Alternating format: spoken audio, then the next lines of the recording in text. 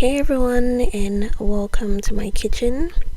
In today's video we're going to be making this perfect Nigerian chicken stew. I'm going to show you how to make the perfect stew base, and I'm also going to be sharing lots of tips and tricks to get your stew perfect every time. To begin, we're going to go ahead and cook the chicken.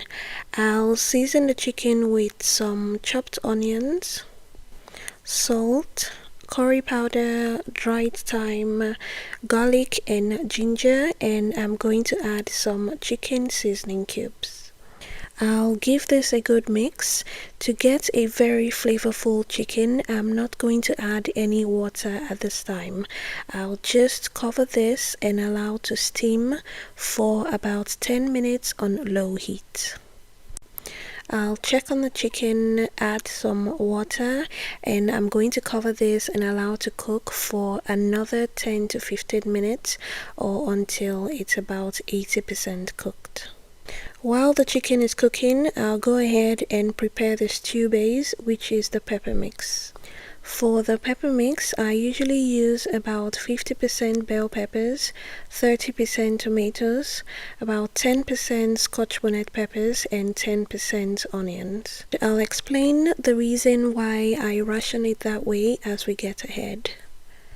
I'll go ahead and prep the peppers. If you're using the local tatashe, make sure you take out the seeds and the veins of the pepper because that can cause your stew to be bitter. And the reason I like adding bell peppers to my stew is simply because it gives it a really vibrant color, and it also adds a perfect balance of sweetness to the dish.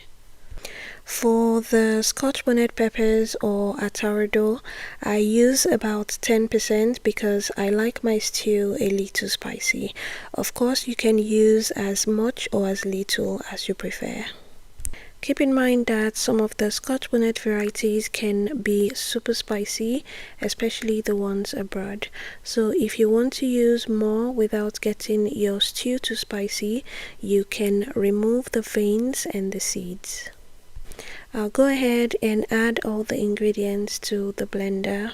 I usually like to add the tomatoes first because that has the most water quantity, so it can blend easily without me adding any water.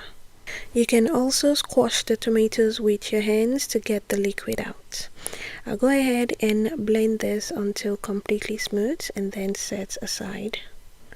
The meat should be ready at this time, so I'm going to take it off heat and separate the meat from the stock.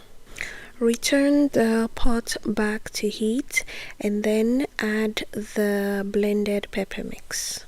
I'll rinse the blender with water and also add that to the pot just so that nothing goes to waste. When the pepper mix is in the pot, avoid stirring or mixing because doing so might make it start to bubble out and splash. I'm going to cook this until it's reduced. It should take about 30 to 40 minutes.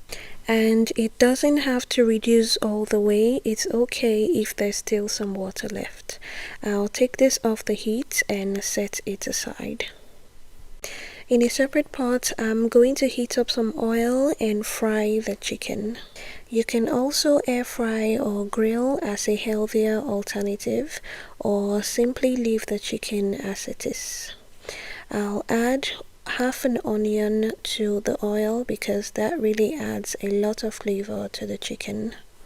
I'll fry for a few minutes on medium heat until the chicken is golden brown before taking it out.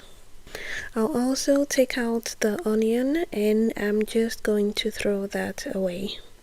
I'm also going to use this pot to make the stew, so I just reduced the oil before adding the boiled down pepper mix. I'll give this a quick mix and I'm just going to allow this fry for a few minutes. Season with the same seasoning I used for the meat, which is curry powder, thyme, and chicken seasoning cube. I'm not going to add any salt at this time because I'm also going to add the meat stock much later, so I don't want the stew to be too salty. I'm going to allow it fry for a few minutes on low heat. If the stew is splashing a lot, you can cover it, but make sure you don't cover it all the way. Check on it and stir from time to time so it doesn't burn. You will know the stew is well fried when the oil starts to come up. I'll add the chicken stock and give this a good mix. The stew is almost ready at this point, so I'm going to go ahead and add the chicken so it can start soaking up some of the juices. If you like really thick and chunky stews, you can leave it like this. I like my stew not as thick, so I went ahead and added a bit of water. You can also use chicken stock if you have that. I'm going to give this one final mix and then I'm going to let it simmer on low heat for a few minutes. Before that, taste and adjust the seasoning if needed. I added a bit of salt just so that it can elevate all the flavors. Before the stew gets ready, I always make sure that my rice is either already cooked or cooking. I'm using my favorite Sela long grain basmati rice for this, and I've shown it several times on my channel, so you can check that out if you'd like. Back to the stew. It's perfectly cooked at this time, smells really good, and tastes even better. The full recipe, ingredients and measurements will be in the description box, and you can also find more tips and more details on my blog at kikifoodies.com, so please check that out. I'll go ahead and serve this with the hot rice. The great thing about Nigerian stew is you can enjoy it in so many different ways: yam, plantain, pasta, potatoes, beans. The possibilities are endless. Let me know if you found this video helpful. If you have any questions about this recipe, feel free to leave me a comment. Thanks for watching, and I'll see you in the next one.